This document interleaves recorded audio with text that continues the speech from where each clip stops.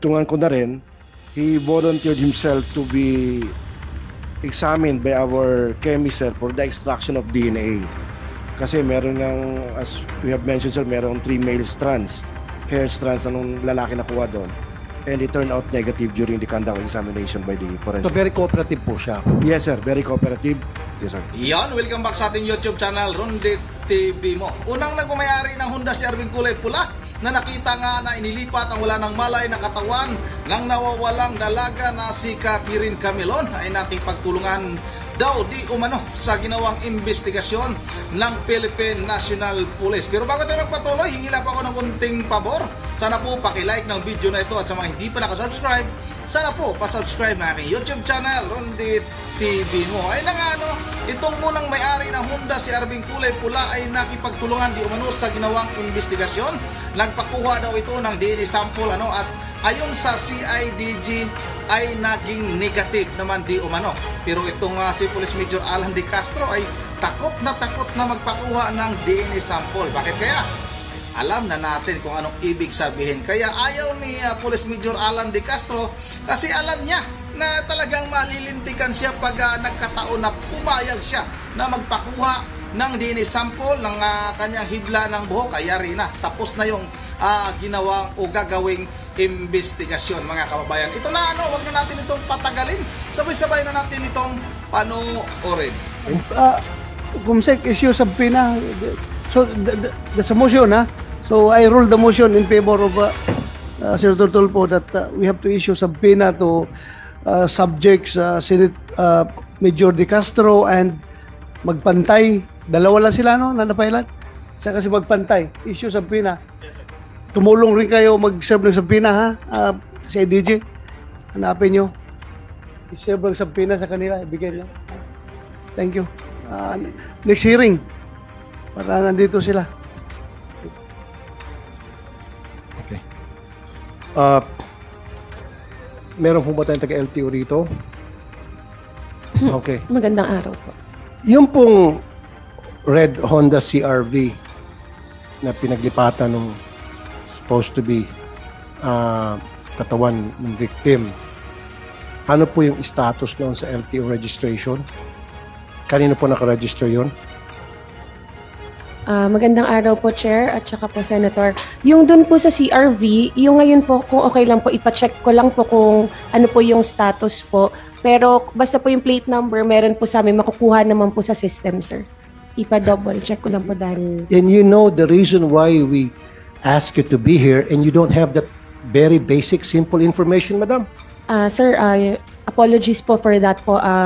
Because meron po kaming certain unit po in charge po for that. Pero makukuha ko po ngayon po, sir. Pero ma'am, Apo. alam mo naman na ito yung pinag-usapan natin. Yes, sir. Apo. Sana before you came here, you have that basic information. Kanino nakaregister yan, anong status niya ngayon sa LTO. Kasi Mr. Chair, itong Honda CR-V, yung plate number nito, correct me if I'm wrong, nakaregister pa rin doon sa old owner. Hindi po sa bago na owner. Kasi nung i-trace ng PNP, am I right, PNP? Nung matrack daw nyo yung plate number ng CR-V, pinuntahan nyo po kung sino na kanino nakaregister yan. Ang sinabi nung tao na matagal na po na yung binenta. Tama Yes, po sir. ba? Yes, sir. 2003, if I'm not mistaken, sir. 2003.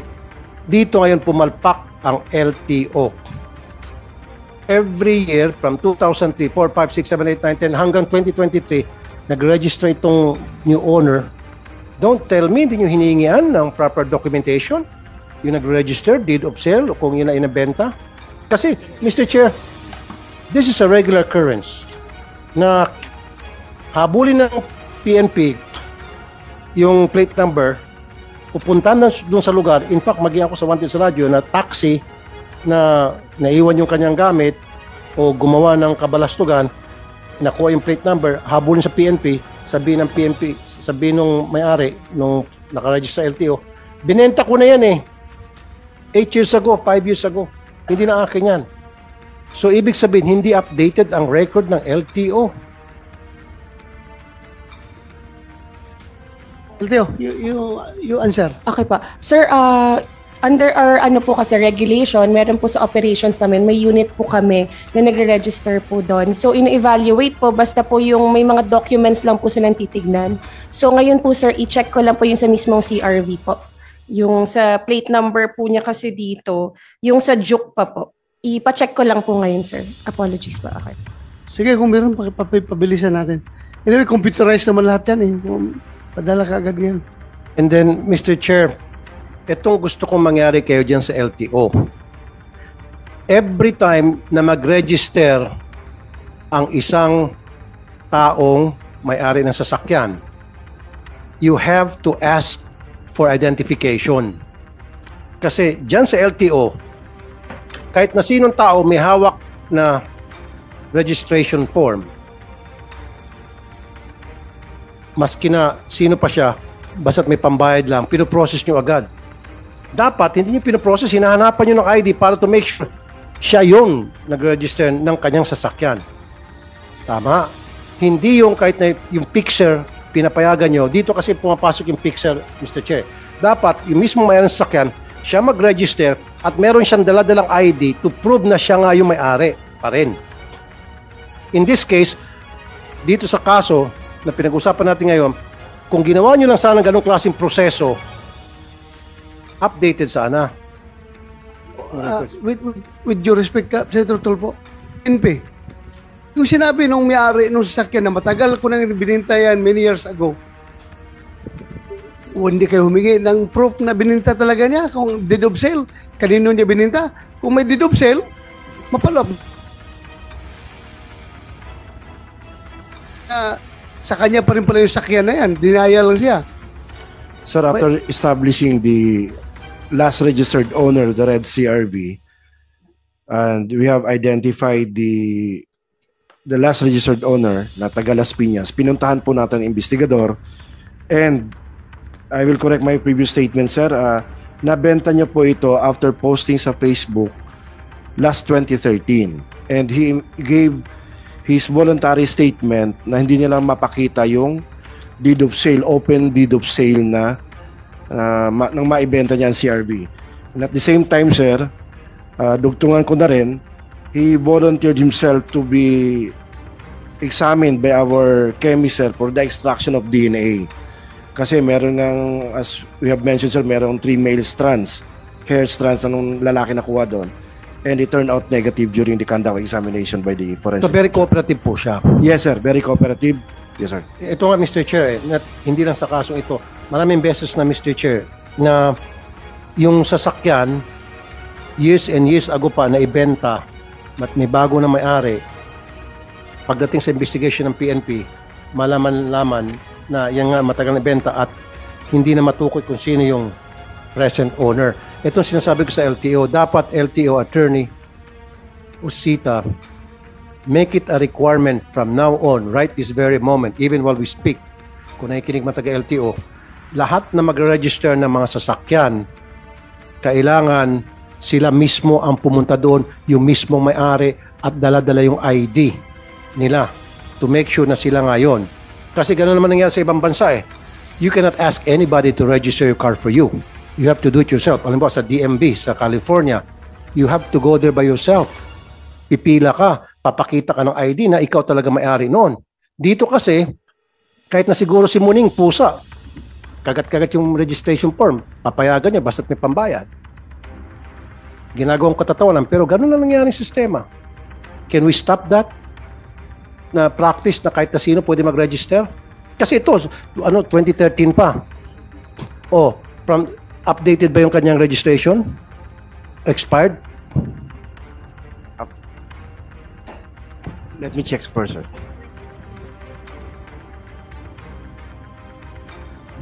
Sir, it was last registered 2015, Your Honor. Expired. Sa Batangas LTO po. Oh, so dapat noong 2014, ni-renew yun. O dapat, nandun na yung bagong owner. Di ba? So at least merong 1 year na dapat nagpresenta yung bagong owner. So ang point ko rito, from now on LTO, make it a point, lahat na mag-register ng mga sasakyan, it has to be the owner. Wag na yung mga fixer. Kasi sa ngayon, Mr. Chair, pwede ka mag-utos eh. Pixel, halika rito. Ito, 3,000, i-register mo itong sasakyan ko. Nang sa gayon, maiwasan natin ganitong klase mga sitwasyon. Is that right? Tapos yes siyempre po, sir. yung owner magpapakita ng mga identification to prove na, yes, I'm that owner of the car. Diba? At ito'y binenta sa akin, pakita ng deed of sale, etc. At meron tayo rin ganong klase mga sa customs, patay kayo. Yung Bugatti, Mr. Chair, sabit ang LTO rito. Pero that's a different case. Diba? For now, Mr. Chair, yun lang muna siguro, and if you don't mind, with your indulgence, maybe we can proceed to the next case. Yes, we're going to proceed. But before that, hindi nyo kaya na-inquest yung suspect? Regular filing lang ginawa nyo? Regular filing na, sir. Ilang days pala nag-transpire na bago More than a month, sir. more than a month na? We filed the case on November 13. Nawala siya, sir, October 12. So regular filing na? Yes, sir.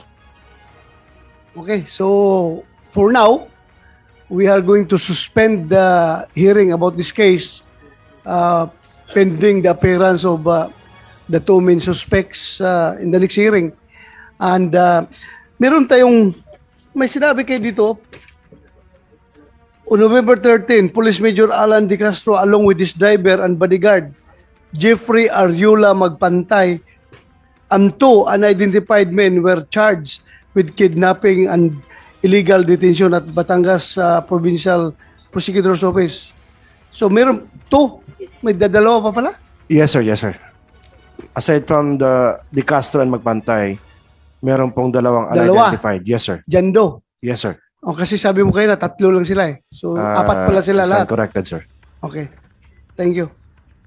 So, from here, we'd like to thank you, Ma'am Rosario Camilon, Ching Camilon, and Salamat po. Father Elmer Camilon.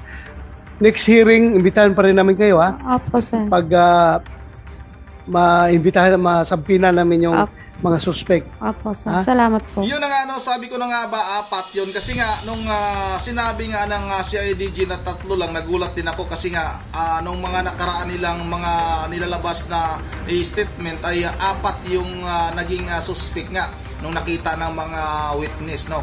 At ayun sa CIDG, itong unang may-ari ng Honda CR-V ay nakikipagtulungan naman sa ginawang investigasyon, ano. Yun na nga, nagpakuha naman ito ng DNA sample, pero itong si Police Major Alan De Castro ayaw talaga. Katulad nung unang may-ari ng Honda CR-V na kulay pula, walang tinatago, ano, ay talagang voluntaryo siyang nagpakuha ng DNA sample. Pero itong si Police Major Alan De Castro, na siya na nga yung pinaghinalaan, siya na nga yung suspect, ayaw niyang magpakuha. Ibig sabihin, ay talagang siya yung may kagagawan. Kaya takot siyang magpa-DNA test kasi yun nga, ang kakalabasan talaga ay magtutugma. Yung mga buhok na nakuha, yung hibla ng buhok na nakuha dun sa sasakyan at sa kaniyang sarili, mga kababayan. Yun ang ano, hanggang dito lang muna at bago tayo magtatapos ay mag-shout out muna tayo. Shout out tayo kay Ma'am Bergie Verhel de Dios ng Pulilan, Bulacan. Ay birthday ng anak ni Ma'am Bergie ngayon, ha. Hanapin ko lang kung anong pangalan ba nun. Yung anak ni Ma'am Bergie na mag-birthday ngayon, ha. Hanapin ko na. Shout out kay Jojo Yuso Jr., kay Idisa Borby, kay Alejandra Garcia, shout out. EJ Reyes, shout out. Trabahador Mix Vlog, shout out. Mark Medina, shout out. Ma'am Joyce ng Japan, kay Lilith Jomsi TV, shout out, ha. Shout out kay Leonardo Sabredo, shout out, ha. Kay Lino Season, shout out. Jojo Dioso Jr., shout out. Kay Armando Cabrera, shout out. At shout out, ito na pala, nakita ko na. Shout out rin kay Ma'am Virgil Fernandez ng Pulilan, Bulacan. Birthday ng kanyang anak ngayon na si Christopher John Bilya. Maraming salamat, Mama Bergia.